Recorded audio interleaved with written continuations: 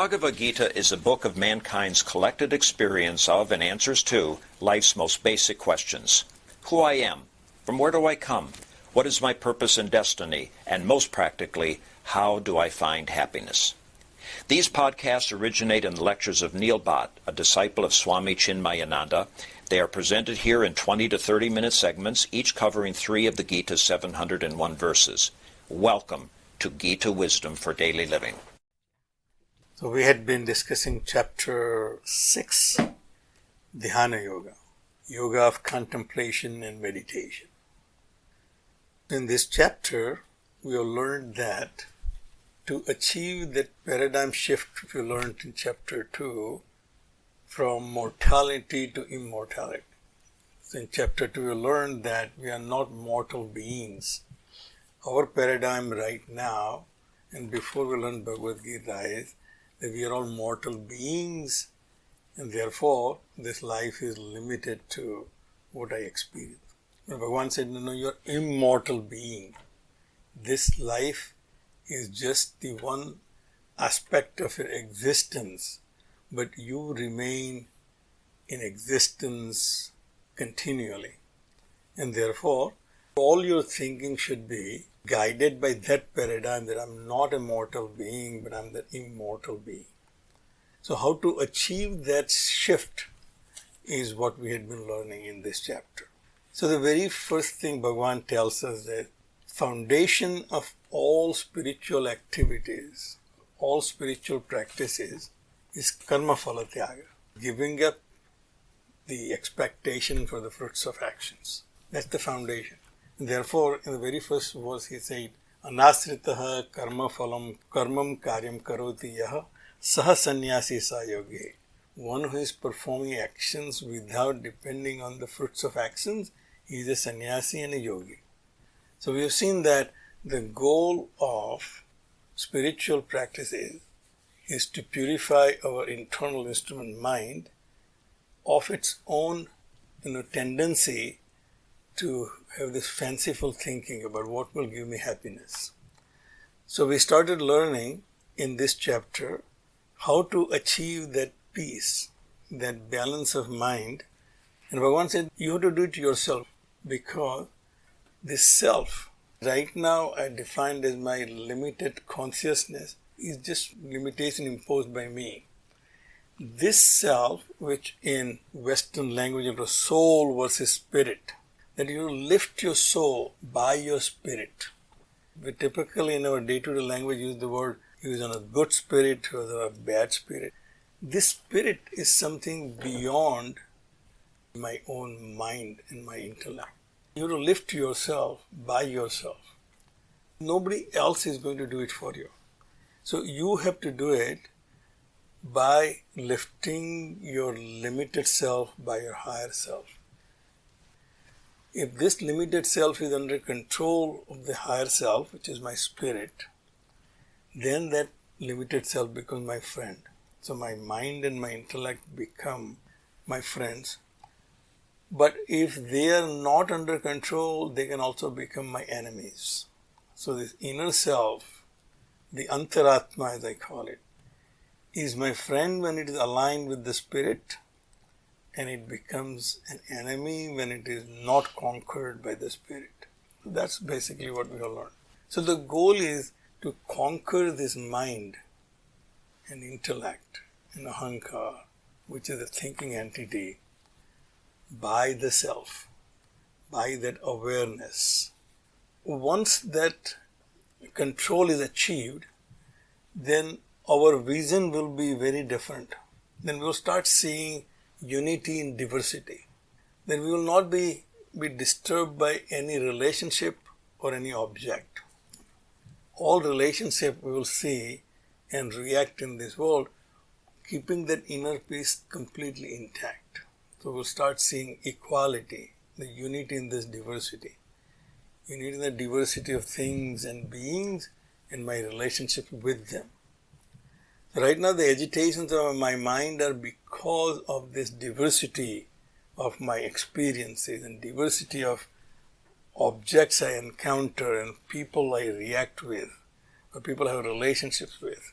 You see, all that will become unified by that one inner peace, and you will react effortlessly with all those objects and beings and your relationships.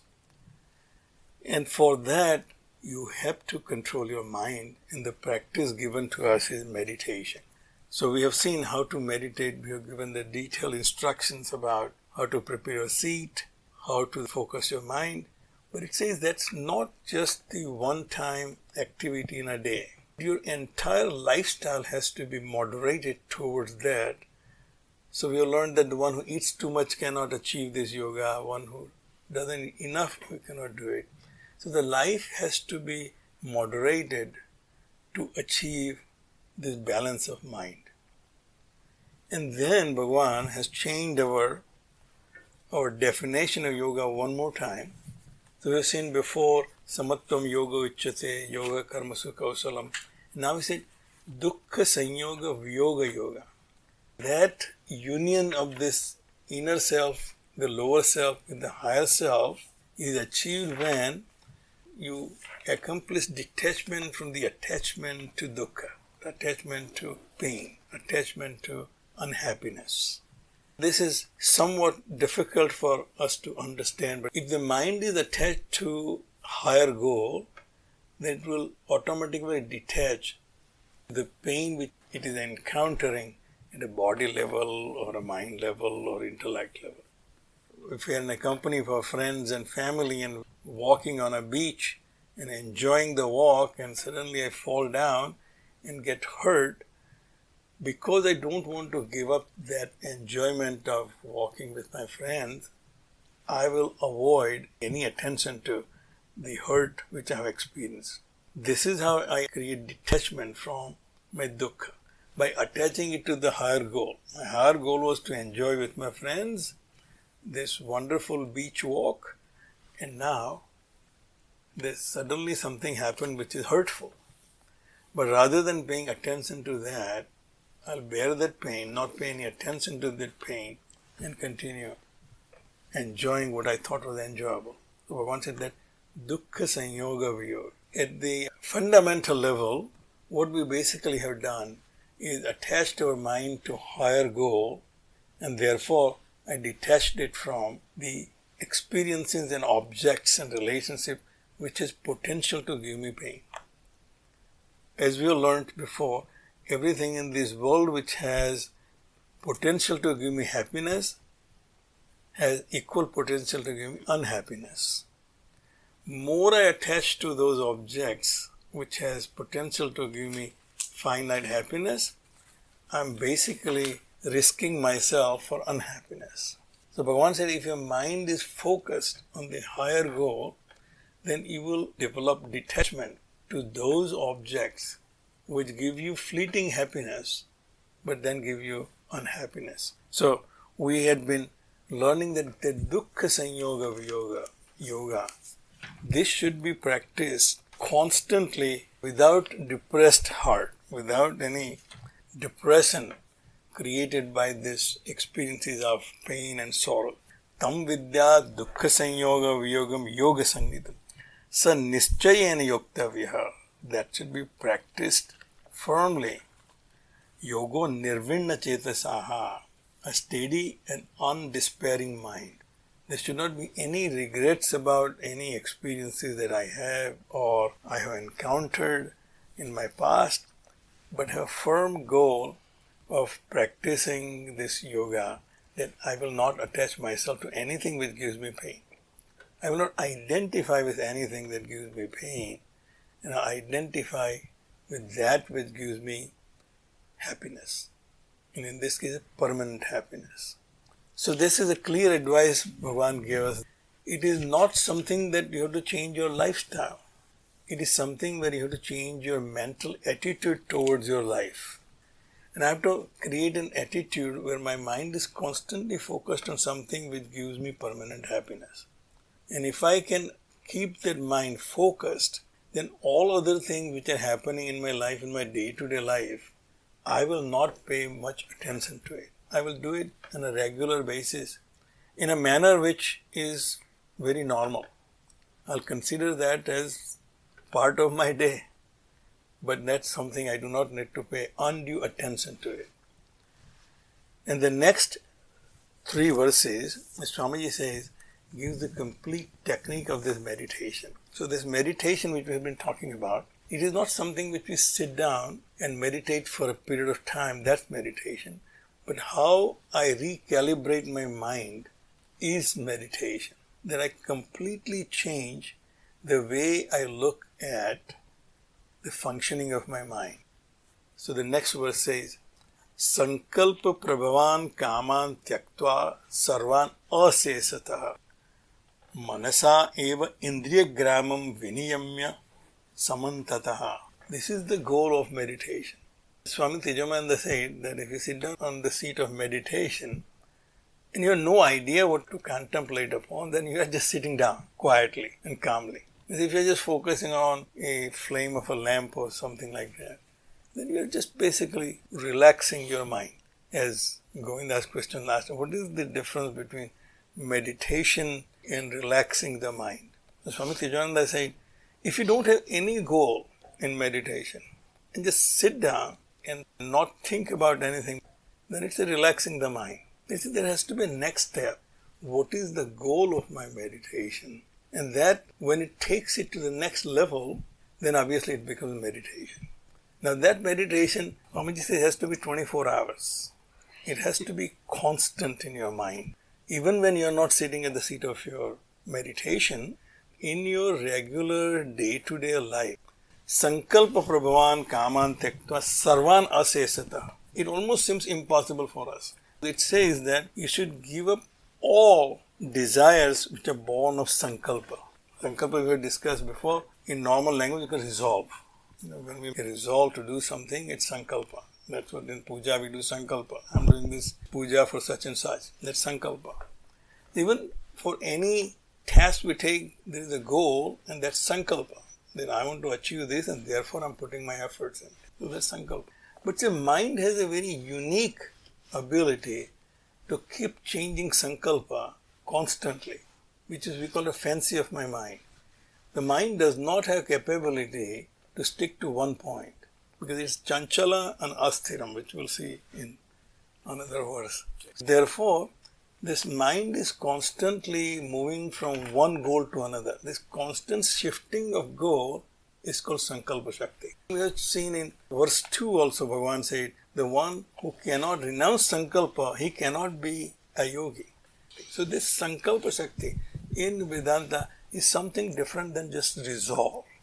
It says, fancy of my mind, which constantly think this will give me happiness, then say, no, not this, maybe that will give me happiness. Keep changing that goal for my happiness is sankalpa shakti. All that has to be completely given up. Sankalpa prabhavan kaman tyaktva sarvan asesata, without leaving anything behind. Because I like music, maybe the desire for music is good enough. But why not even that? If you think that's going to give you happiness, well, that same music will give you unhappiness. If you keep playing it over and over and over again. Manasa indriya gramam viniyamya samantataha. By your mind, control the entire set of your senses.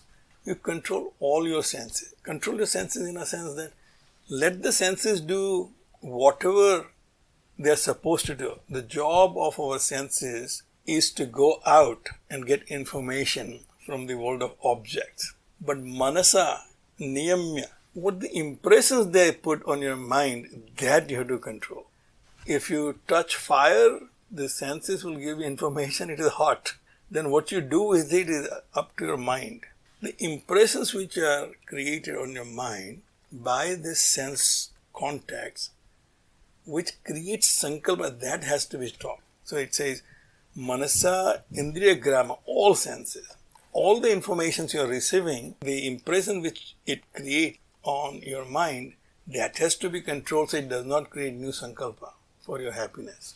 Now this cannot be easy for an average seeker who is trying to practice the art of meditation.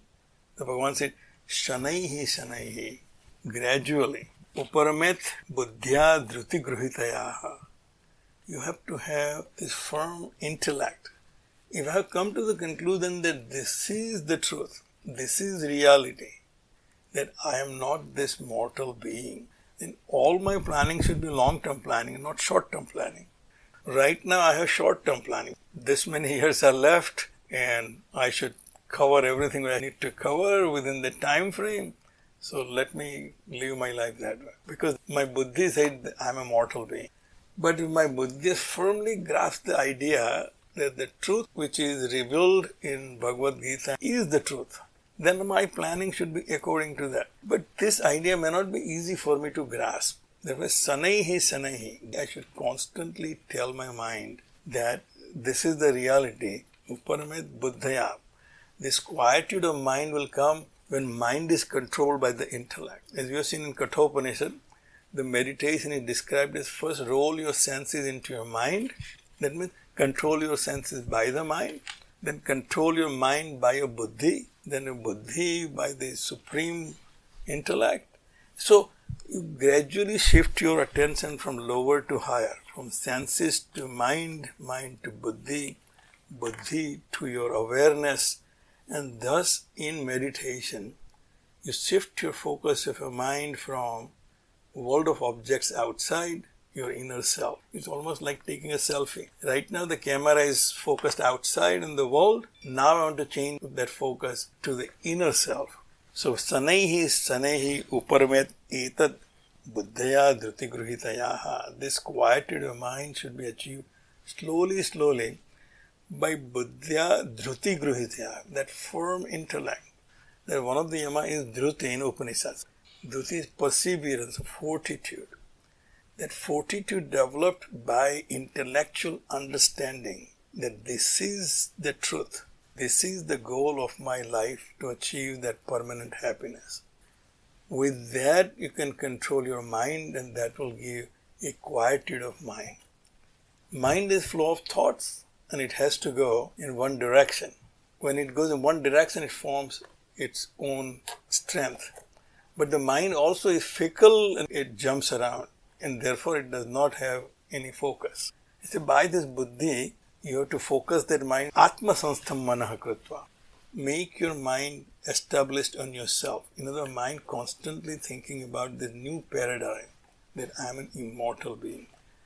Kritva na kinchit abhichintayet. And then do not worry about anything. In other words, do not think that anything else will give you happiness. As we have learned in this chapter before, that peace is greater than any sukha which I can get through my sense experiences. That once I experience that sukha, there is no other sukha will seem worth for me to pursue. Atma sanstham manakrita. So establish your mind in yourself. Na kinchid abhichintayet. And Swami says this is the technique of meditation. Constantly put your mind in focus with yourself. But then obviously it is not possible for all of us. We have tried before. As soon as we sit down in the seat of meditation, mind runs away in different directions. Bhagavan Lord Krishna says, do not worry about it. Yataha nischarati manaha chanchalam asthiram. This mind which is chanchal and asthiram, which is the very nature of mind. Mind needs variety. We get bored very easily. We ask children, what are you doing? Well, I'm bored with it. Why are you bored? Because you had been playing with it. You wanted this toy. We made all efforts to get you this toy, even though it was not available. And now, how can you be bored with it? And say, well, but I had been playing with it all this time. So I'm bored with it. But this is what our mind does. Our mind gets new toy every time, and it gets bored with it. And it wants to move on to the next one, and then next one, and then next one. So, yataha, from whatever the restless and the unsteady mind wanders away, for whatever reason, yataha. Sometimes it is one experience, that may be other experience, but there are various causes. Sometimes it is the memory of the past, takes my mind away, and sometimes it is the fancy of what I want to achieve in the future. Or sometimes it is just the physical pain which I am experiencing. Any of those distractions which mind is experiencing, now you have to consciously, tataha niyamya. From that, you negate that thought and tell your mind to come back to Atmani evam vasam nayet. Whenever you notice that your mind has wandered away from the thought about who I am, this immortal self, and start thinking that this will give me happiness, you tell your mind that we have come to the conclusion that in the end is going to give you unhappiness. So let's focus back to what we agreed on. That we agreed that we are going to be focused on the self. Atmani evam vasam nayet. Put that mind back in the control by yourself alone. In circus, if the wild animals can be trained, then training mind cannot be that difficult. Something which seems utterly impossible to train those wild animals, we see that happening all the time. This mind is like that, wild animal, and you have to be a ringleader. Under the control of the ringleader, that animal can be tamed. But you have to become the ringleader and then train that mind to focus on the idea that we have learned is the truth. And we'll stop right here. If you find this podcast helpful, please support it by donating any amount by going to the episode's website at neilbhatt.podbean.com or at chinmayarichmond.org. Thank you. Om Sarve Bhavantu Sukhina Sarve Santu Niramayaha Sarve Bhadrani Pashyantu Ma Kaschid Dukkha Bhag Bhave. Om Shanti Shanti Shanti. Harihi Om. Shri Gurubhyo Namaha. Harihi Om.